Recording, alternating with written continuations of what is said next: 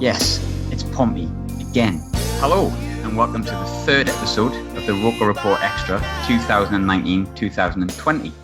As it stands, Sunderland are yet to win a league game after drawing our opening two games 1-1, but after a morale-boosting 3-1 victory at Accrington Stanley in the League Cup on Wednesday, we're going to Saturday afternoon's game even against those lot from down the south coast. Last season's meeting provided a trip down Wembley Way, a penalty shootout, Pompey's media team tweeting Netflix, 2 red cards, Simply Red having a fight with Lee Cattermole, a funny-looking fellow in a grey tracksuit fighting with Luke O'Nine, 11 goals, and Chris Maguire pretty much just upsetting the locals. So, to chat about our 5th meeting in 5 months, we have the only Portsmouth fan that I've got any sort of affection for, and a returning guest. We've got Hugh from the P04Cast. How are you doing, Hugh? Are you well? Yeah, I'm great. Thanks, Graham. Ready to go for the new season. Yeah, I'm starting to get into it a bit now. After last night's victory, but you always feel a bit better after a victory, don't you? Yeah, for sure. I mean, I think we felt the same after, the League Cup as well with Pompey's win. Yeah, against Birmingham. Yeah, indeed, yeah. Well, the Birmingham reserve team, let's not flatter ourselves. Yeah, it was a good win. A win's a win, isn't it? Yeah, for sure. So 2 league games in with Portsmouth. I've just kind of spoke about the last season between us and you. So I'll be honest, I've kept a close eyes. I think we both have with each other because I think we're both seem to be favourites. Maybe sans Ipswich, but 2 league games in, you've got 1 win and 1 defeat. So talk us through your opening 2 games and how that's gone. Yeah, it was a difficult game for us at Shrewsbury with that 1-0 loss. It's one of those games that I've got to say we dominated it. 15 shots on goal, 63% possession, and then from absolutely nowhere they get a screamer from, I think it's their right back who's never scored a goal for them before, from about 35 yards straight into the top corner. It was disappointing, but it was one of those games you thought, all right, that was a good performance, but we didn't get the result that we deserved, really. And I think there was a red card in the first game, wasn't there, against Shrewsbury? Was it McCrory got sent off? Yeah, 2 yellows. Ross McCrory's looked really good actually in pre-season. Coming in from Rangers on loan. I know there was a few rumours actually about you going after him as well, Sunderland. But he's a combative midfielder, and I think he's just got a little bit hot-headed on his debut. And these things happen. He hasn't actually managed to get himself back into the first team yet, because we'll talk about this later, but other midfield players have stepped up. I think it's also interesting that Shrewsbury set up with basically a back 5 at home against us. So they really soaked up that pressure and managed to steal a win. So fair play to them, but we're not going to get those sort of games every week. And then obviously you came back to Fratton Park, Fortress Fratton, as we were told last year. And quite a few times, I reckon. And you won last at the weekend. What changed between the Shrewsbury game apart from the whole 10-men situation? Kenny Jackett actually mixed up the formation a little bit. We went 4-3-3. We stuck with sort of 3 midfield players. Andy Cannon played alongside Ben Close coming into the team. Tom Naylor again is still there in that sort of holding role, and it really gave us a little bit more bite on the ball. And I think last season we were a little bit guilty of getting stuck in the defensive zone. Not being able to get out, and say Sunderland were putting a lot of pressure on us in different games, and especially in the playoffs, you saw Pompey really struggled to get the ball forward, really, to our attacking players. I think playing this 4-3-3 formation allowed us to play quite high press, and that worked in the cup, and Kenny Jackett just rolled with it in the league. So in terms of early season performances, I think from what I'm picking up from what you've told me, game 1 was a defeat, but not too worried.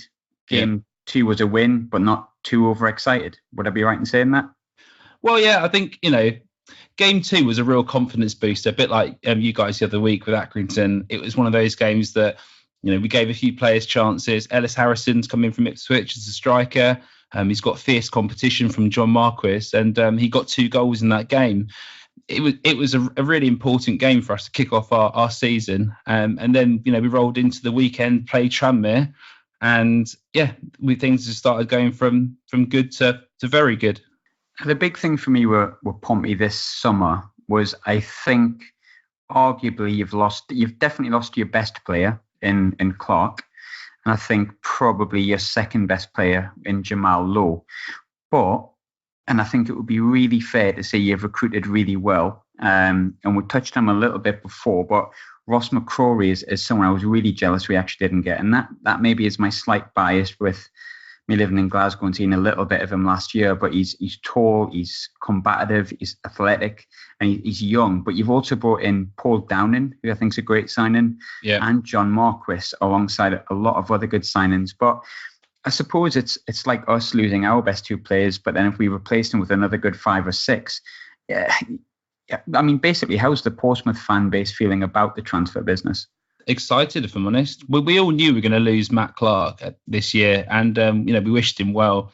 He's gone off to Brighton and then been loaned out to Derby. It's a really good opportunity for Matt, and he's too good for this league, and we give him all his best on his way out the door. But I think when you look at how we've recruited across the board, we look like a stronger team now. We're stronger in depth, but I think the quality's still there. So, Paul Downing's a good centre-back. He looks mobile. He passes the ball out. He's commanding. And I don't think you need to have a Premier League quality centre-back to be able to get out this division. We brought in Sean Raggett as well on loan from Norwich, another centre-back who, adds some more depth to the squad. He's a big lad. He's 6'5". I've heard quite a lot of good things about him from Lincoln fans. And then looking forward as well, we lost Jamal Lowe, but we brought in Marcus Harness for what I'm hearing is £800,000. Again, he's a little bit different to Jamal Lowe, but I'd say quite like for like in skill replacement. He's a bit more tricky in tight. He's more of a playmaker rather than a pure scorer, as Jamal Lowe was much more direct with his running. But I think he's really going to fit in well. And from what I've seen so far, he looks like an incredible signing. And then you replace Jamal Lowe's goals that we've lost, obviously 17 last season, by bringing in John Marquis. And I think that can only be seen as an upgrade for Pompey up front over Ollie Hawkins, who was playing for us last season. Yeah, I would agree with Marquis. I think the one thing you look at with Portsmouth is that there's a lot of options there. You've also got obviously Brett Pittman as well.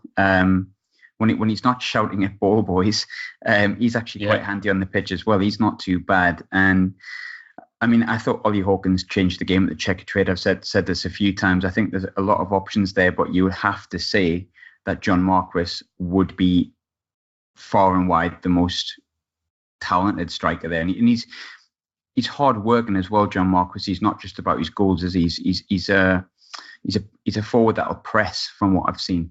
Yeah, he is, and I think that fits into the system I was talking about with the 4-3-3. You've got Andy Cannon, who's been injured most of last season. Actually, came in from Rochdale, but he got a man of the match performance in the last game. And he's leading the press there with Ben Close and Tom Naylor just sitting in behind. But I think we look a lot more mobile this season in that sense. And Marcus Harness, again, he's quick. He's winning the ball back, putting his foot in, as well as skinning players down the right. So we've got that natural balance. You've got John Marquis, who obviously is much more mobile than Ollie Hawkins. And I think going forward, we look like a stronger team.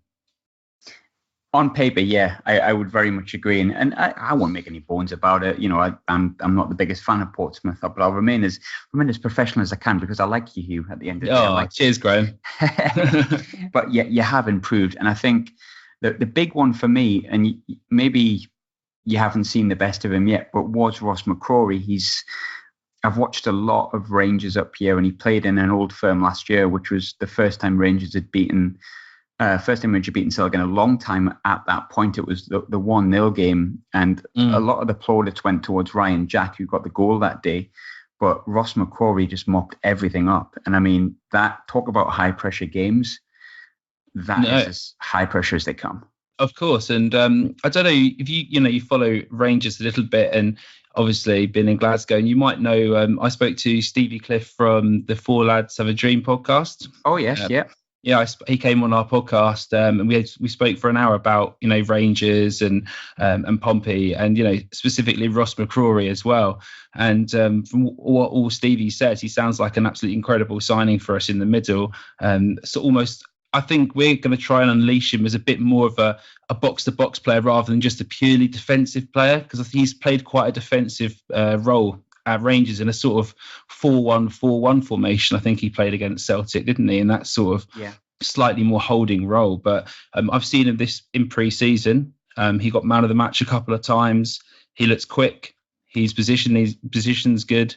He's a good passer of the ball, and he had a couple of shots on target. So I think he's going to be a great player for Pompey this season. It's just we've got quite a few good centre midfielders, and it's a good problem to have for Kenny Jackett.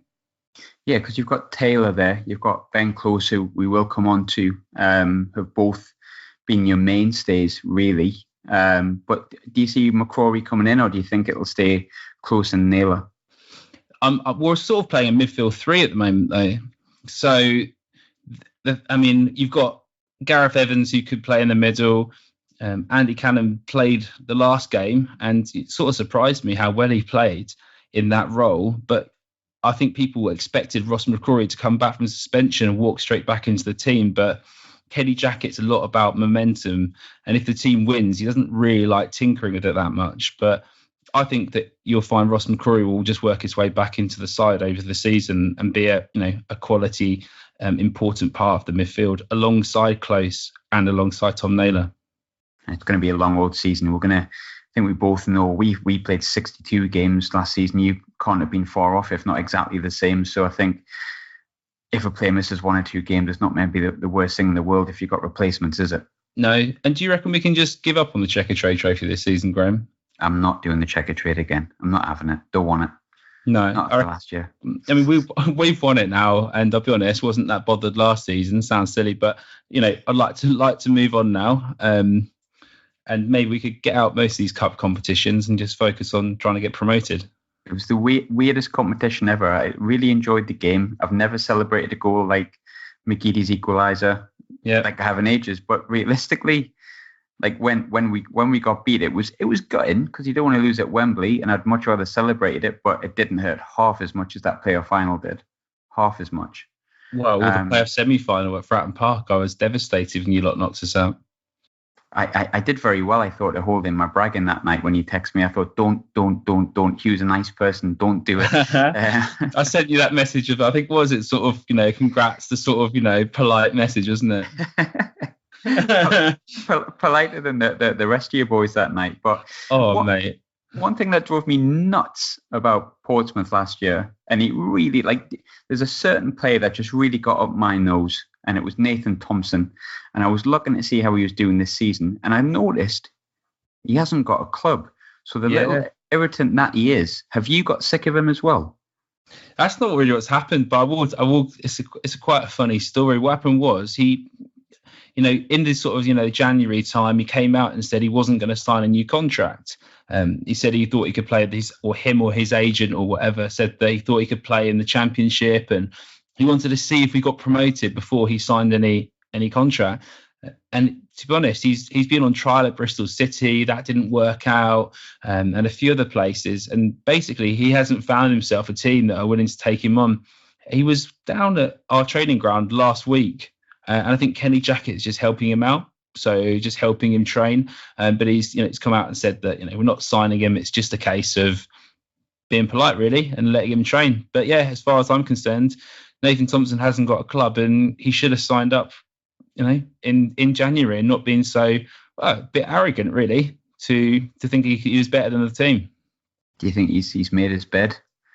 You never know, do you, in football? I think the transfer window is open to the start of September. So maybe he makes a comeback. I don't think so. We brought in a guy called James Bolton from Shrewsbury as a direct replacement for him. We've still got Walks out there, Anton Walks. I don't think we need another right back. And Kenny is much more like he likes to have 2 players in each position. I just don't see Nathan Thompson being a fit anymore. Yeah, and I'll be honest, I'm very, very, very pleased he's not playing. Not because I fear him, he's just a really annoying little bugger, truth be told. I'm going to miss the free kicks he got us, the Nathan Thompson flop. Oh my God, that was what used to get me. It was the fact that he would fall over everything. And I remember in the 1-1, just before the playoffs, I remember Tom Flanagan just lost his rag with him, didn't he? Just in that whole fight at the end. And it was just, I felt like if Flanagan didn't do it, I was tempted to do it. But I'm quite pleased that things are going bad for him at the minute. I'm quite pleased that he decided he was better than he was, and he's not doing anything. But you mentioned Luke Bolton's coming out right back. James Bolton, yeah. James Bolton, sorry. Yeah. He came in on a free transfer. I don't see there being a space for Nathan Thompson. No, because Walks, correct me if I'm wrong, came in a few times last season on the left, didn't he? But he's predominantly right-footed. I mean, I don't think he's unless he was covering on the left. I think he's always played on the right. He's always covered Nathan Thompson. He came in from Spurs originally. He's got a lot of talent. He's still a little bit raw, and he is sort of he does make the odd mistake sometimes, but he's one of these players that I think has got the ability to get better as well. But Bolton's much more that experienced player at this level. So you've got those two sort of the more younger up and coming right back in Walks, and then Bolton's. I think he played for Shrewsbury last season, but they came out and said they wanted him to stay, and they're pretty gutted when they lost him. So it seems like a solid signing to me.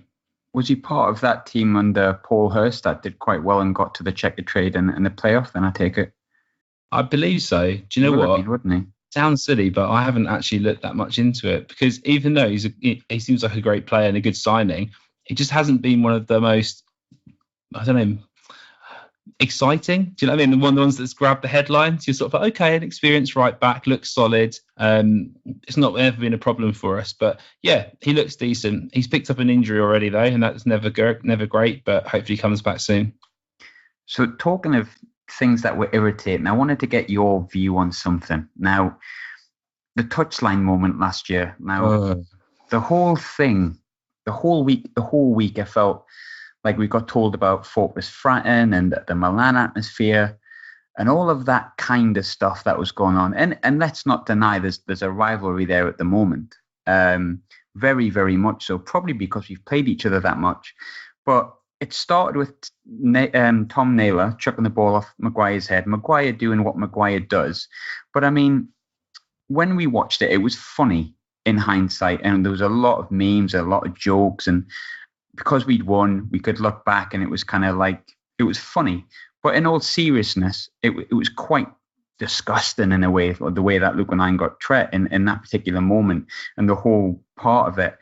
And it's easy for a Sunderland fan or any other fan that is not a Pompey fan to sort of wag the finger at the Pompey fans and class you all as a whole. But I'm quite curious as to how you, as a Pompey fan, that I would like to say is knowledgeable and a nice lad, in my opinion. How did Pompey fans? That's all right. Mm-hmm. How did Pompey fans feel in particular about the two fans I mentioned before? You had Simply Red and you had the Goblin, who kind of like tried to, I don't know what he was doing. How did that go down in the Pompey fan base? Because I feel like that got kind of lost in the melee of everyone else pointing fingers at how bad it was. I'd actually never asked you how you felt about it and how Pompey fans reacted to that. I mean, the only thing I'm thinking of is how to explain it without using the wrong language, mate. It's an embarrassment to all Pompey fans. And I'll be honest, I've never seen anyone quite like that at Fratton Park. So, when you see the footage, I remember I was in the Fratton end. I don't know if Sunderland fans are aware of this, but when Luke and I went into the crowd down there, and when that guy was sort of doing all that stuff he was doing, the Fratton end was booing him and telling him to stop or whatever and just shouting at him. So it's an embarrassment to the city. It's an embarrassment to the fan base. I mean, the game was on Sky. It was broadcast around. Honestly, that man does not represent anything to do with Portsmouth Football Club. And as a fan and as a person from the city, all I can say is, to be honest, sorry to Sunderland fans, because that was absolutely disgraceful. What happened to him in the end? He got a banning order, didn't he, from Fratton Park? But I can't remember how long it was for. But yeah, it was disgraceful, and no one wants to see footballers should not be subjected to any abuse like that. There's got to be a level where banter and rivalry and wanting a team to win can't spill over into abuse and violence. And I think, to be honest, Luke and I took it pretty well, didn't he? He didn't really react that much. Very well. And that's a credit to him as a person, as well as a fairly young player as well. So yeah, mate, it was a disgrace. And all I can say to Sunderland fans is that those idiots on television just put the politest way I can put it. I'm not, don't represent us as Portsmouth fans, and yeah, we're all pretty shocked by it as well, and embarrassed, really. Do you think, though, Lee Cattermole versus 6 or 7 of them that wanted to join in, who would have won? I think Cattermole would have won. Cattermole looks like the kind of bloke you want in a bar fight behind you, doesn't he? Very much so, yeah. Very much so. Looks like that, imagine some sort of small person's mouthing off to you outside a bar, and then literally you're like, all right, okay, I can handle myself. And then his mate comes around the corner and it's Lee Cattermole, and you just sort of shit yourself, don't you? Excuse my language. No, we can swear on this. Yeah. So that's the thing, mate. Lee Cattermole is obviously solid, isn't he? I don't know what he's doing now. Some sort of Iron Man competition, Tough Mudder. Obviously, he's obviously left Sunderland, but yeah, no. And he's done the right thing, really. He's stuck up for a younger teammate, and it's a big game situation, isn't it? And that's when you need your sort of leaders on the pitch to really back those young players, and especially in such a heated atmosphere that it was, for good or bad. It's funny, we're talking about that, and I didn't actually have this question wrote down, but just going back to that game, because it'll always be one of my good memories of supporting Sunderland. It was just such a bizarre game for it to end 0-0. And I think we talked before a lot about that there was a big build-up from Fratton Park, and I think a lot of us got a bit tired of hearing about it. But I felt like, and I've talked to you about it with Portsmouth, all season that you just played us in the right way. You just wound us up all season. And then we got the first game, we got the 1-0, and it was to and fro in because of the red card, what Turk and things like that. And the second game, I think a lot of Sunderland fans kind of went, they'll just wind us up, and it'll be like, we'll get frustrated, and then they'll score, and they've just done it all bloody season, and that's how it's going to go. But for the first time, we seem to reverse that on yourselves. Could you see during the game us basically effectively doing a Portsmouth? Because I felt like from minute dot, Chris Maguire's little flick out at Tom Naylor when the ball got chucked off, and you all just lost your rag. The whole team just couldn't concentrate on the game. Would you say that's the first time Sunderland actually did a Portsmouth on Portsmouth? I think that plays an element into it. I think there's a percentage of that that's true. But I actually think, to be honest, that Pompey are quite an emotional team, and that either comes through for good or bad. And that earlier on, that was working for us against during the season. But what it was, to be honest, and you've obviously done this better than us, is that team was absolutely knackered, mate. They were tired as anything. Jamal Lowe didn't even start because he was so tired he couldn't run up and down the pitch properly. Whether that's bad squad management from our behalf, and we should have set up better in the first game and not really just sat back, because we're awful when we sit back and try and defend like that. It was a bit of the fact that you guys got in our heads, I suppose, but I really think that team was dead in the water. And if we even went through to the final, they just looked so tired, and I think they were just frustrated that they couldn't do any of the things they wanted to do. And fair play to Sunderland, they got the goal. Chris Maguire, again, I actually said before the game to you and everyone else that I hope he doesn't start, because he's a player that I'm concerned about, and over Honeyman. And yeah, he's done the business, isn't he? And he looked fresher, I know he hadn't played this whole long season, unlike someone like Jamal Lowe. And he looked fresh, he looked up for it, and yeah, he was your talisman, and he won the games for you.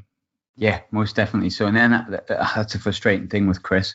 Sometimes he can do that, and other times he can be a bit invisible. But I love him. He's a handsome shithouse that I love very much. So, talking of like match winners, I've been really impressed with a particular player pretty much since the Checker Trade game when he came on, and we spoke about him a little bit before. But Ben Close, he's had a phenomenal start of the season, and in my opinion, developed into a key player, really, after a really good season last term. What is it that you would say Ben Close brings to Pompey, and how important is he going to be in terms of promotion this season? I'm a massive Ben Close fan. I'll just say this quickly, though. Last time on the podcast, I said in jest that he's the Pompey Xavi, and I think quite a lot of Sunderland fans took that literally. He's a very cultured midfielder. He's the kind of midfielder that he gets the ball going. He knows where all his teammates are. He's always making that positive pass forwards. But I think what makes him a bit special, really, of Ben, is that he peels off the defender. He always arrives late in the box. He's got that sort of that Gerrard Lampard positioning that he's always in the right position when the ball comes out. He's also a fantastic striker of the ball. He's scored 2 incredible goals, one against Birmingham and the other one against Tranmere, which is an absolute worldie. If Sunderland fans haven't seen it, just for a footballing point of view, it's an absolutely great goal. But it's Ben's intelligence on the ball. He's clever and his positioning is really good. His passing's good and his shooting's elite level. He can sometimes get edged off the ball. He's not really a combative midfielder like someone like Tom Naylor, and he does require to have a few other players in the team that can help do the donkey work in that sense. But if you can allow Ben a little bit of creative freedom, he's the sort of player that I suppose if he was playing for Sunderland, he'd help you sometimes, when you're having those sort of 1-1 draw situations. Someone like Ben Close can play that pass that can open something up or take that shot and get a goal for you. So he's that sort of clutch player really that I really like, and he's a Pompey lad through and through. I felt that the Checker trade game was where I noticed him because he came on as substitute, if I remember rightly, at half time. Yeah. And I felt like he was just underpinning every attack that you had. If it came out, he was getting his foot on the ball and just feeding the right players, like giving it to Jamal Lowe, giving it to Gareth Evans, and everything good came from him. So I sort of kept an eye on him. I thought he didn't have the best of games in the playoff games, but he talked before about tiredness. But I watched the Birmingham game, and his goal was so good. It was really well taken on the volley, I think, or the half volley. Yeah, deflected and came out to on the edge of the box, and he just hits it one time. It was an absolute screamer. It was a really good goal, and as much as I admit I don't want to see Pompey do well, I'll admit that I think he is the player I've watched that I've just gone, I wouldn't mind him in my engine room, not at all. So for me, he definitely is the one to watch. And I think paired with maybe Ross McCrory this season, I think you've got a pretty fine midfield, which I think is where most of your talent comes from. But you're in quite a similar position to us in terms of pressure, I felt, this season. And I mean, I think, no disrespect to the rest of the clubs in the league, especially Ipswich, I think Sunderland and Portsmouth are the biggest 2 clubs in the division, if I can say that. Yeah. And I think there's huge pressure, and there was last season, on both of us to get promotion. Sunderland fans felt that last season, and Sunderland's a high pressure club. You can feel the expectations don't drop with the divisions. The expectations of what it is to wear the Sunderland shirt are exactly the same, and there is huge pressure on us to get promotion. I mean, we haven't lost this season, and there's sometimes a bit of a shout about, like, is Jack Ross the right man, and all sorts of stuff. But are Pompey fans feeling the tension already, the similar way we are, I suppose? That pressure is definitely there, but I think the team generally has looked good so far this season. So fans aren't questioning the management. Had it been the fact that we hadn't won a game so far, then I think there would be some pressure from certain elements of the fan base. I think the thing is, I spoke to Mark Catlin, the Pompey CEO, near the end of the last season, and he said to me, if we don't get promoted, there's going to be a lot more pressure on us to get promoted next season. And I think there is. This season, we've gone out and we spent money again. He brought in Marcus Harness. We spent nearly £2 million on John Marquis. This season is promotion or bust for us, in the level that I think the fan base expects us to get promoted this season. Not just wants us to, expects us to get promoted this season. And I think the same goes for Sunderland, doesn't it? Pretty much. I think it's shit or bust for us this season. We have to go up. I don't know whether that is from a financial perspective, but from my personal perspective, I think we have to go up. And I would think a lot of fans would echo exactly the same. I think if we don't go up this season, we could be stuck in this division for quite some time. And I don't really want to do that. The novelty is wearing off a little bit, but I think you want to come up with us, Graham, don't you? You want to come up with us so we can carry on these podcasts next season. It's the only reason I like doing Pompey is I know that you have a working mic. There's going to be no technical issues. Outside of that, no. I hope you never end up in a division with us ever again. Mainly for the long journey down there, and mainly for the shit houses that play for you. But there you go. That's the way it is. But I think we talk about Sunderland and Pompey and the pressure we have based on the fact we didn't go up last year, both of us, and we both looked like the strongest teams at first, and then sort of fell by the wayside. But last season was a really strong division, and there is a train of thought that, you look at the teams. Luton were unexpectedly excellent. Barnsley was strong all year round. Charlton had the likes of Aribo, Taylor, and they were always around the top of the division. Then there was ourselves, yourselves as well. The one you missed out by effectively a couple of wins here or there. Yeah. You even had the likes of like Doncaster, Coventry, who beat us. I think Coventry beat you as well. Peterborough showed good form. Is the league as strong as it was last year, or do you think it's a bit easier than it was? I think it's a bit easier. I think you looked at the points from, us, Luton, Barnsley, yourselves, and then a bit of a gap originally, but then Charlton obviously caught up in the last 5 games. It was a completely different league, wasn't it, to the rest of the league? There was this huge gulf between the top 5 and everybody else. I don't know if it's going to be quite the same this season. I think the mix for the playoffs is a bit tighter. However, I don't think there's as much top-end talent as there was last season. And I fully expect Sunderland, Portsmouth to be right up there this season. Obviously, you've got Bolton who've just come down, points deducted off them. So, don't see them. Haven't really got a squad either, have they? So don't see any issues there. You've got Ipswich again. I don't think they look great, to be honest. They got James Norwood in, but if someone said, do you want James Norwood or John Marquis? I'll take John Marquis every day. And I think there's a few teams. Rotherham, they're okay. I don't think they're exceptional either. I think Coventry could be a good team this season, but they're playing in Birmingham. Is that going to affect them? There's a lot of questions, isn't there, for other teams in the league? And I think that really there aren't too many excuses with our squads. And if you look at the national media as well and everyone else who's covering League One, they all expect us to be in the 2 promotion spots, and not just because of the size of the clubs, just because on paper we're the 2 best teams. Yeah, no, I'd agree. I think very much first 2 league games for us hasn't really worked in our new system. But I was at Accrington, which we're speaking on Wednesday. Accrington was last night, and we played the 4 across the back, and we went a little bit more like we were last season, and we just looked a bit more comfortable. So maybe it's just a change or reverting back to what we were last season. The only teams, I think that the top 6 that I went for, I think I said Ipswich would win the league, but I think I might change my mind on that. I don't think they've looked too great. I mean, we were woeful against them on Saturday, and they still couldn't put us away. I took us to finish 2nd. I took Peterborough to go 3rd. I thought that maybe they would.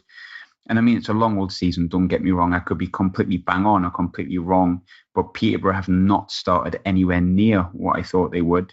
I thought you would be up and around there, but that was, I think I made my prediction before Marquis came in, so that does make a difference. But I thought the likes of Burton and Coventry might do something, but Burton haven't started that well really either. It seems to be they've lost a few players as well, haven't they? Yeah, they have. They've lost their midfielder at Coventry. Allen's went. Obviously, Harness has went to yourselves.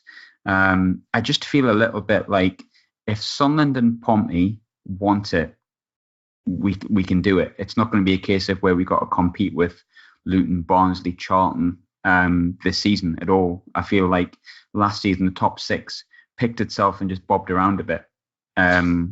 Towards the end, and it was just like whoever came in the strongest. This season, I feel like if either of us go on a run like both of us did last season, I think we could. And maybe I'm just feeling really positive after last night. But if we perform to the way we can, if Pompey perform to the way they can, there shouldn't be anyone in this league that can touch us, really.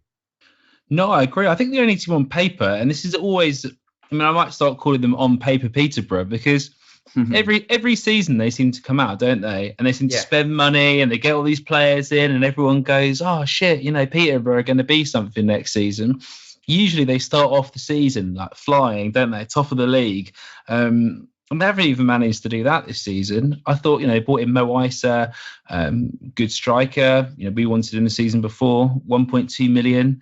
I like Dan Butler, the left back. I think he's a good signing for them. They signed the goalkeeper from Exeter. I can't remember his name now off the top of my head, but he's I've seen him play as well. I thought he was a great signing, and they looked rubbish at the back as well before. I thought, especially in goal. But all these signings they've made, I just don't think that their system's good. I don't really rate Darren Ferguson that highly. I think he's okay. Yeah. So maybe on paper Peterborough could be difficult, but I actually think us two should storm it really. And if not, we've got to start asking questions. And because of that, I think that puts even more pressure on each club, and the fan base knows it as well. Yeah, I agree with it. Absolutely everything you've just said. 100%. I think everyone wanted to start the season blowing Oxford away, and if we got a point at Ipswich, you'd sort of take it. But because we were poor against Oxford, but it's not unfeasible that either team could go on a 5-game winning run, especially if one of us win the game on Saturday. No, completely. It could be a catalyst for either team's season. And we both know how much it means to each side to beat each other at the moment, because there is that tension, that rivalry, that history over just one season, isn't it? And it's going to give whichever side wins it, if there is a winner anyway, a fantastic boost. So, yeah. Hugely. We've spoken a bit about Pompey's players, and I've obviously earmarked Ross McCrory. I've earmarked Ben Close. I think Marquis, if he plays, and I think Ellis Harrison's looked quite good as well. But something good happened last night. Aiden McGeady looked back to the Aiden McGeady that we had around the checker trade time, because obviously he was playing with a broken foot from about April onwards. Didn't really appear in the playoff final, got 10 minutes towards the end, but we've changed a little bit, not too much. We brought in obviously Willis, McLaughlin, and none of the new signings have really hit the ground running, apart from Mark McNulty, who's looked very good. But who are Portsmouth concerned about? I'm a massive fan of Mark McNulty. Obviously, he played at Pompey before.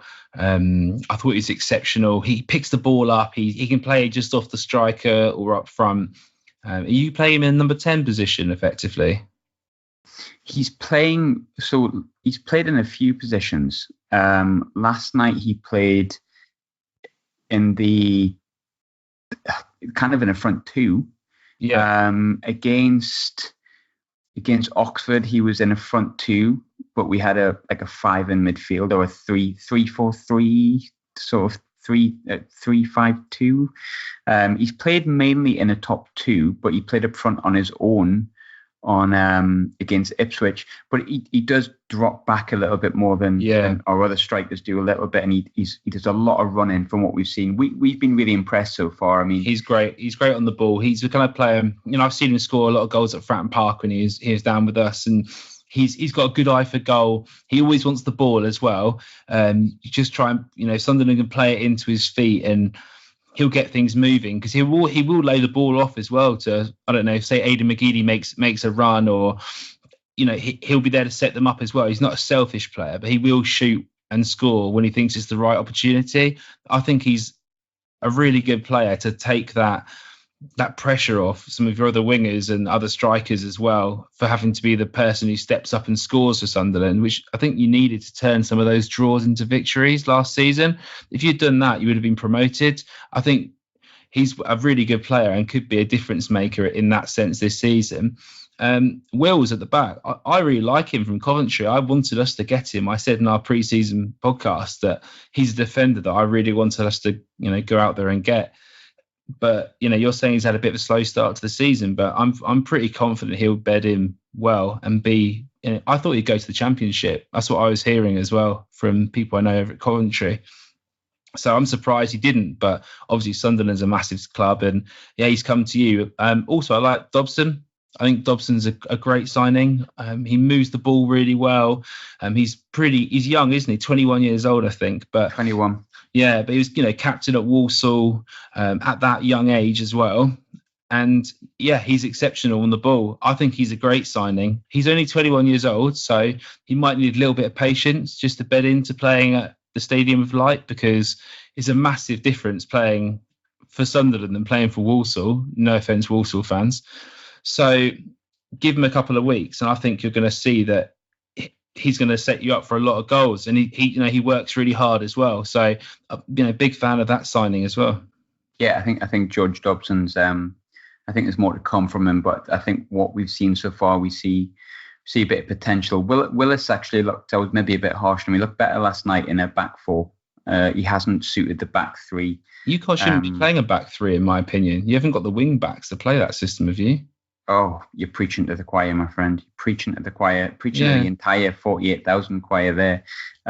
We don't have wing backs, no. I have no idea why he felt that was the best formation moving forward. And I pray to God that last night's result and the performance last night compared to our first two games, he goes with the back four, because we signed Conor McLaughlin as a right back, and I have not been impressed at all in the league games, but Conor McLaughlin actually hasn't played at right back. So I'm going to give him a fair crack of the whip, because he's played left back, right side, centre half. He's played right back pretty much his entire career. I would like to see a flat back four with a holding midfielder, McGeady, Maguire, maybe even 09 in midfield. And we've also got Elliot Embleton coming through as well. I would agree. I think it'll be music to Sunderland's ears that a neutral fan can see that we don't have wing backs, unless transfers randomly come out of the blue before this is released. I still don't think we have the right system and the right players for wing backs. And I think a lot of Portsmouth's success from last season came from having round pegs and round holes. And I think a lot of our problems so far this season, we're only 2 games in, but have come from having round pegs and square holes.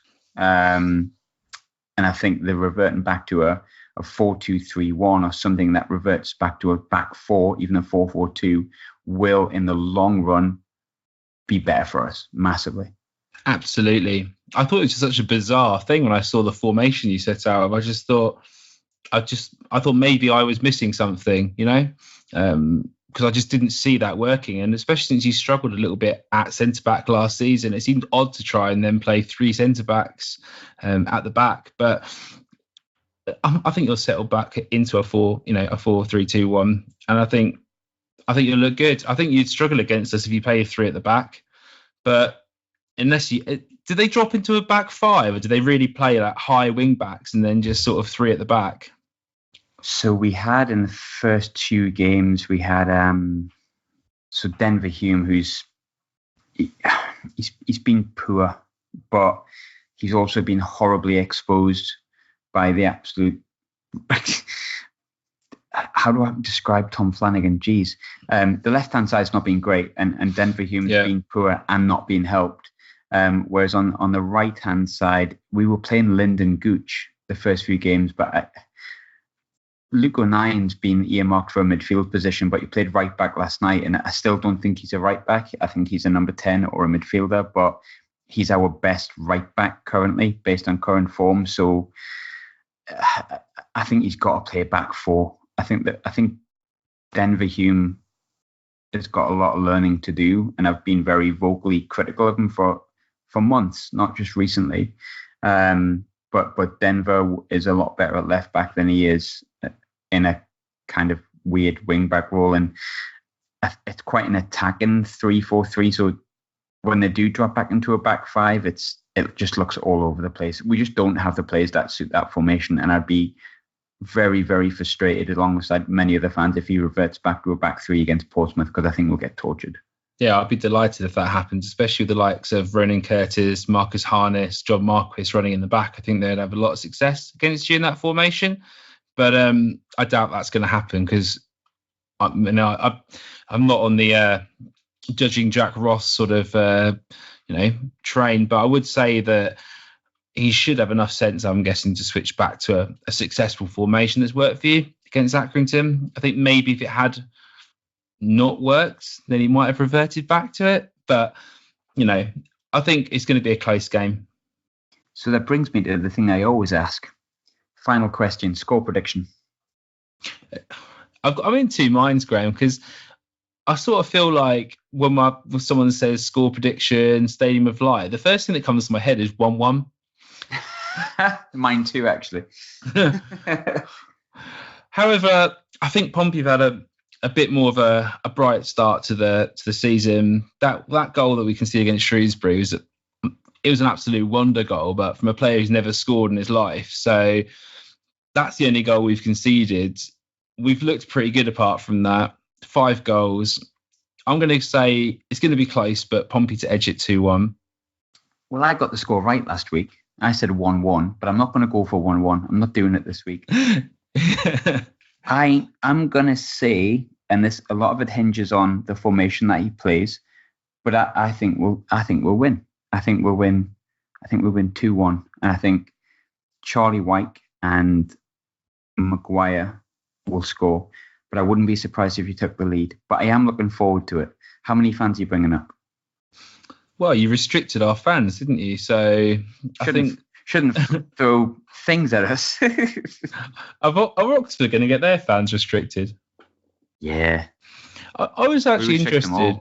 I was interested because you know that guy on Twitter threatened to blow up Fratton Park. I remember that. Yeah, Southampton fan, is he? Is that right? He's a Sunderland fan. He's a Sunderland fan. That's right. Yeah, before our game, before the playoffs. I was interested to see whether the Portsmouth would use that as a reason, should we say, or excuse, whatever you want to say, to limit the Sunderland travelling away fans as well. But it hasn't happened, so that's just interesting. I was just under a couple of thousand, mate. I think we had our tickets restricted to 1,900. So it's not going to be a massive following. It's on Sky as well, isn't it? So it'll be interesting to see. You know, it's like 12:30 on a Saturday on Sky with a restricted ticket allocation. So I wouldn't say it's going to be huge. I don't know if the allocation is sold out or not. I assume it has. Maybe it hasn't. I haven't checked. I don't know how's your ticket sales going for this game? Is it something you think will sell out, or is it going to be, because there's such a difference between the game we played when I was up there against you near the end of the season and then going into the playoffs, because there was about, I don't know, was it 10,000-20,000 difference? It was quite big, 41 in the league game, and yet it was our lowest attendance of the season in the playoffs. I think 27, 28. But I think Saturday will be. Well, we had 31 against Oxford. I think I wouldn't be surprised to see 32, 33. Yeah. Even though it's on Sky, maybe it's a more appealing game. It's our derby, really. For me, it is anyway. I'm well looking forward to it. Oh, we're all looking forward to it as well. As long as we win. But Hugh, thanks as always for popping on, mate. I tell you this every time you're on, but have a horrible Saturday. And I mean it truly, truly with all my heart.